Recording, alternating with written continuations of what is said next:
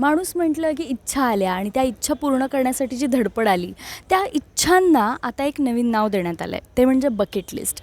अशी प्रत्येकाची एक बकेट लिस्ट असते, ज्यामध्ये त्याच्या सुप्त इच्छा असतात, त्या त्याला कधी ना कधीतरी पूर्ण करायच्या असतात. आणि हाती पायी नाकी डोळी धड असणाऱ्या माणसांसाठी ते अवघड नसतं, म्हणजे अशक्यही नसतं. केव्हा ना केव्हा तरी ते पूर्ण करू शकतात आणि त्यासाठी धडपडत असतात. हे जितकं खरं असलं तरी पण असेही काही लोक असतील ना की जे हातीपायी धड नसतील किंवा दृष्टी नसतील, त्यांच्याही अशा काही इच्छा असतील, त्यांच्याही बकेट लिस्ट असतील, ते लोक ते कसं काय पूर्ण करू शकत असतील. अशीच एक गोष्ट सांगणारी एकांकिका मी आत्ता पाहिली, जिचं नाव होतं बकेट लिस्ट, जी सादर केली होती एकदम कडक नाट्य संस्था मुंबई यांनी.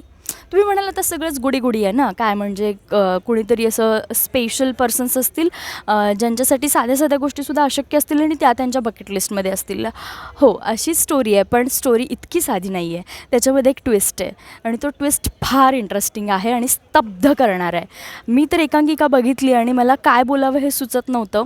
तुम्हालाही ती बघायची असेल तर अहिल्यानगर महाकरंडकच्या यूट्यूब आणि फेसबुक चॅनलवर जाऊन नक्की बघू शकता.